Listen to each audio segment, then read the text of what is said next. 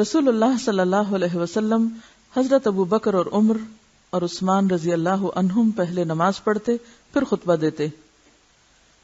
عیدین کا خطبہ ممبر پر نہ پڑھیں، یعنی جیسے جمعے کا خطبہ امام اوپر اٹھ کے سیڑھی پر اوپر جا کے پڑھتا ہے، تو عیدین کا اس طرح نہیں.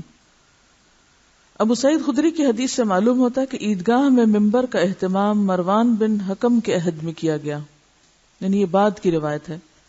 ابو داؤد اور ابن ماجہ میں ہے کہ ایک شخص نے مروان کے اس فعل پر اعتراض کرتے ہوئے کہا، تم نے عید کے روز ممبر لا کر سنت کی مخالفت کی، کیونکہ اس روز اسے نہیں لایا جاتا تھا. نبی صلی اللہ علیہ وسلم کے دور میں ایسا نہیں ہوا تھا کہ عیدگاہ میں ممبر لے جایا جائے، ٹھیک ہے، اور خلفائے راشدین کے دور میں بھی نہیں ہوا. بعد میں ہوا تو اس پر اعتراض کیا گیا. اب دیکھیے کہ اس میں ایک ایکسٹرا تکلیف بھی تو ہے نا، اگر اسپیکر کا انتظام ہے اور آواز پہنچ رہی ہے تو کافی ہے. بیسیکلی صحابہ کرام کی ایک احتیاط کو آپ دیکھیے کہ حت البصا اس چیز سے بچنے کی کوشش کرتے تھے کہ کہیں ہم آپ سے آگے نہ چلے جائیں.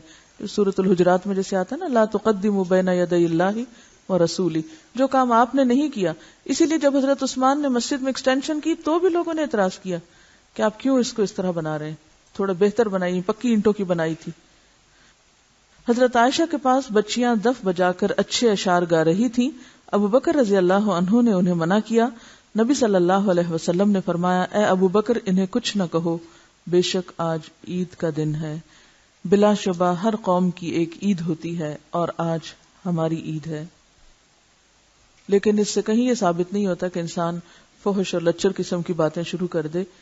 اس حدیث سے استدلال کرتے ہوئے کسی کی شادی کا موقع تھا تو اس میں بچیاں شعر پڑھ رہی تھی اور آپ صلی اللہ علیہ وسلم وہاں تشریف لائے تو آپ نے ان کو منع نہیں کیا. لیکن جب ایک خاص شعر پر پہنچی جس میں فخر اور غرور کی کچھ بات تھی تو آپ نے فرمایا کہ یہ نہ کہو بلکہ وہی پڑھو جو پہلے پڑھ رہی تھی. اچھا، اس سے یہ پتہ چلتا ہے کہ مومن کو ہر موقع پر آنکھیں کھلی رکھنی چاہیے، یعنی وہ کسی بھی حکم پر جب عمل کرے گا تو آنکھیں کھول کر کرے گا.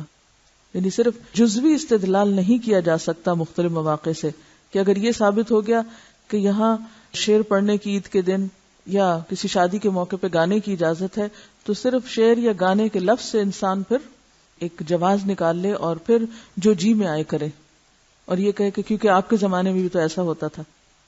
آپ صلی اللہ علیہ وسلم نے اگرچہ اجازت دی اور آپ کی موجودگی میں یہ فعل ہوا، لیکن اس کے باوجود جو الفاظ کی سلیکشن تھی اور جو اشعار کی سلیکشن تھی اس کو مد نظر رکھا گیا.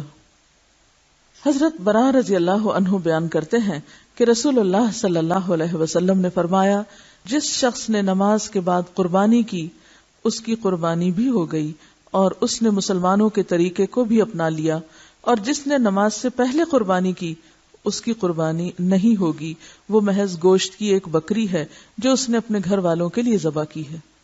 تو یہ عید الاضحیٰ میں یعنی جو قربانی کی عید ہے اس میں خاص طور پر قربانی کا مسئلہ بھی یہاں بیان کر دیا گیا کہ جو عید الاضحیٰ کی نماز کے بعد ہوگی، پہلے نہیں ہوگی. تو یہ بھی نماز سے متعلق ہی چیز ہے ایک طرح سے. آپ صلی اللہ علیہ وسلم نے فرمایا، جس شخص نے نماز عید سے پہلے قربانی کی وہ نماز کے بعد دوسری قربانی کرے، یعنی اس کی قربانی نہیں ہوئی.